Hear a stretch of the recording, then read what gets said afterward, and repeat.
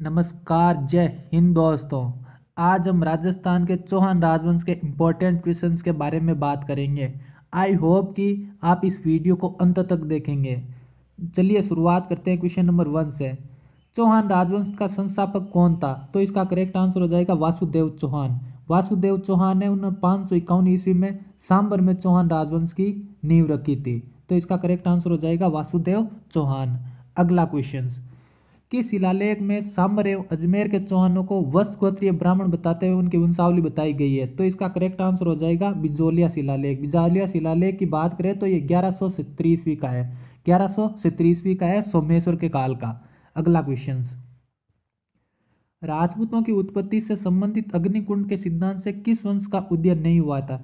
देखिए, चौहान वंश, सोलंकी वंश और परमार वंश और प्रतिहार वंश, इनका अग्निकुंड से सिद्धांत से वंश का उदय माना गया है, लेकिन राठौड़ वंश का अग्निकुंड से सिद्धांत से नहीं माना गया है। अगला क्वेश्चन, किस चौहान शासक ने अजमेर को सबसे पहले अपनी राजधानी बनाया था? तो इसका करेक्ट आंसर हो जाएगा अजयराज। अजयराज ने सबसे पहले अजमेर को राजधानी बनाया था। देखिए, अज से अजमेर और अज से अजयराज।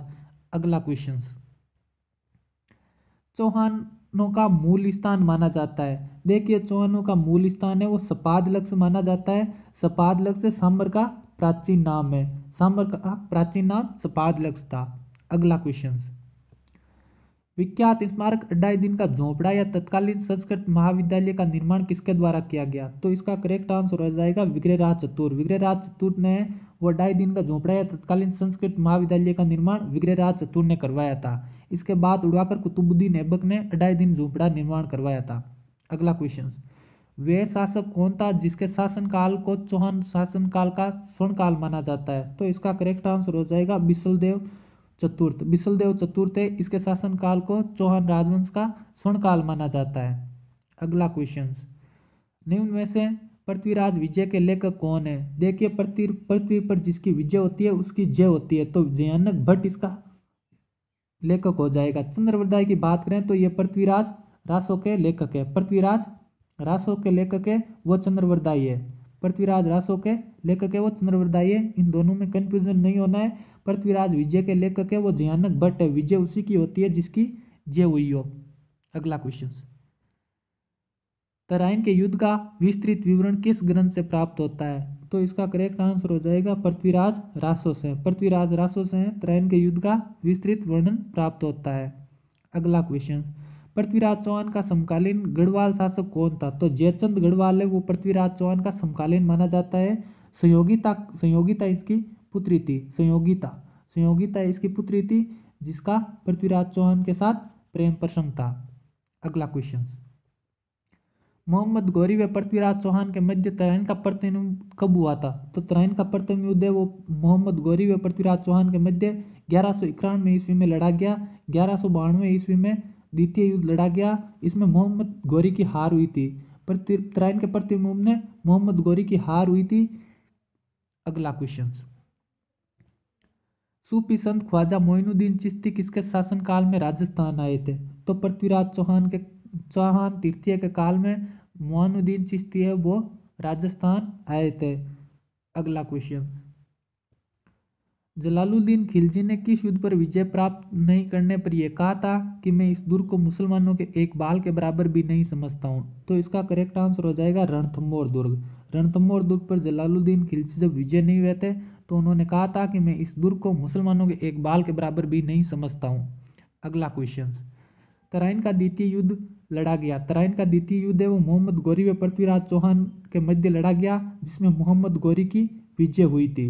मोहम्मद गौरी की विजय हुई थी। 1192 ईस्वी में यह युद्ध लड़ा गया। अगला क्वेश्चन, कवि बांधव की उपाधि किस चौहान शासक को प्राप्त थी? तो कवि बांधव विग्रहराज चतुर्थ को कहा जाता था, जो कवियों में श्रेष्ठ है। कवि बांधव का मतलब कवियों में श्रेष्ठ। अगला क्वेश्चन, रणथंभौर में चौहान राजवंश की शुरुआत किसने की थी? तो इसका करेक्ट आंसर हो जाएगा गोविंदराज। गोविंदराज ने रणथंभौर में चौहान वंश की नींव रखी थी। अगला क्वेश्चन, अलाउद्दीन के आक्रमण के समय रणथंभौर का शासक कौन था? तो इसका करेक्ट आंसर हो जाएगा हमीरदेव चौहान। हमीरदेव चौहान 1301 ईस्वी में अलाउद्दीन ने आक्रमण किया था। उस समय हमीरदेव चौहान रणथंभौर का शासक था। अगला क्वेश्चन, हमीरदेव व अलाउद्दीन के बीच युद्ध का कारण था। तो हमीरदेव और अलाउद्दीन के मध्य युद्ध का कारण है वो हमीरदेव द्वारा अलाउद्दीन खिलजी के विद्रोही सैनिक मोहम्मद शाह को शरण देना है। तो इसका करेक्ट आंसर हो जाएगा ए, मोहम्मद शाह को शरण देना ही मुख्य युद्ध का कारण माना जाता है। अगला क्वेश्चन, रणथंभौर पत्तन पर किसका व्यक्तित्व था कि आज कुफर का गढ़ इस्लाम का घर हो गया। तो इसका करेक्ट आंसर हो जाएगा अमीर खुसरो। अमीर खुसरो ने ही कहा था कि आज कुफर का गढ़ इस्लाम का घर हो गया, जब हमीरदोन चौहान की 1301 ईस्वी में हार हुई थी। अगला क्वेश्चन, खजाइन उल फतूह किस कवि की रचना है। तो इसका करेक्ट आंसर हो जाएगा अमीर खुसरो। अमीर खुसरो ने खजाइन उल फतूह का ग्रंथ की रचना की थी। अगला क्वेश्चन, रणथंभौर के शासक हमीरदेव चौहान की वे रानी जिसने जलजोर किया। तो इसका करेक्ट आंसर हो जाएगा रंगदेवी। रंगदेवी ने नेतृत्व में जलजोर हुआ था रणथंभौर का। अगला क्वेश्चन, 13वीं सदी में सोनगरा चौहानों का शासक स्थापित किया गया। तो इसका करेक्ट आंसर हो जाएगा कीर्तिपाल द्वारा। कीर्तिपाल ने ही सोनगरा चौहानों की जालौर में शाखा का स्थापना की थी। अगला क्वेश्चन, कान्नड़ देव कहाँ का शासक था। तो इसका करेक्ट आंसर हो जाएगा जालौर का। अगला क्वेश्चन, जालौर का युद्ध किस सन में और किसके बीच हुआ था। तो इसका करेक्ट आंसर हो जाएगा 1311 ईस्वी में अलाउद्दीन खिलजी और कान्नड़ देव के मध्य। अगला क्वेश्चन, जालौर को विजित करके अलाउद्दीन ने जालौर का नाम रखा था। तो जालौर विजित होने के बाद जालौर का नाम अलाउद्दीन ने जलालाबाद रखा था। जालौर का नाम जलालाबाद रखा था। अगला क्वेश्चन, राय का भाव रातू बीतो कहावत का संबंध किस शाखा से है। तो इसका करेक्ट आंसर हो जाएगा जालौर शाखा से। अगला क्वेश्चन, नाडोल के चौहान शाखा की स्थापना किसने की थी। तो नाडोल के चौहान वंश के संस्थापक है वो लक्ष्मण चौहान है। लक्ष्मण चौहान ने नाडोल चौहान की स्थापना की थी। हमीरदेव ने दिग्विजय अभियान के पश्चात किस यज्ञ का आयोजन किया। तो कोटि व्यजन यज्ञ का आयोजन किया था। अगला क्वेश्चन, अजमेरू दुर्ग का नाम बदलकर तारागढ़ किसने रखा था। तो इसका करेक्ट आंसर हो जाएगा पृथ्वीराज सिसोदिया ने अपनी रानी तारावती के नाम पर तारागढ़ रखा था। अगला क्वेश्चन, सिरोही के किस शासक ने ईस्ट इंडिया कंपनी के साथ संधि की थी। तो इसका करेक्ट आंसर हो जाएगा शिव सिंह ने।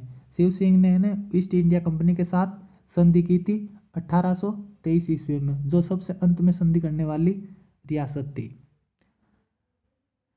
थैंक यू फ्रेंड्स, हमारे इस वीडियो के अंत तक बने रहने के लिए हमारे चैनल को लाइक करें, सब्सक्राइब करें और अपने फ्रेंड्स को शेयर करें। Thank you.